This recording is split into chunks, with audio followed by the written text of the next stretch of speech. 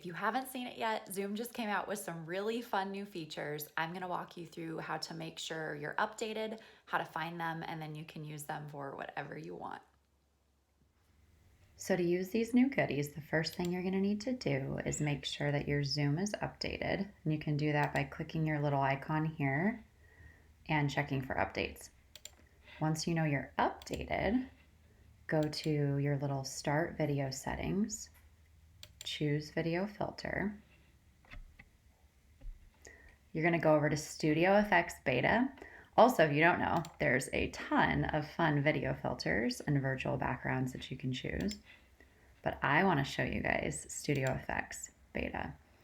And this is where you can give yourself all kinds of features. So you can do eyebrows, you can change the colors,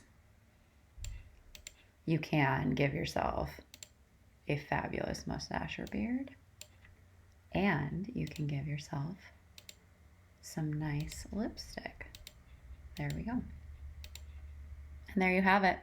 Now you can have all kinds of fun on Zoom, or make sure you hide this from your students.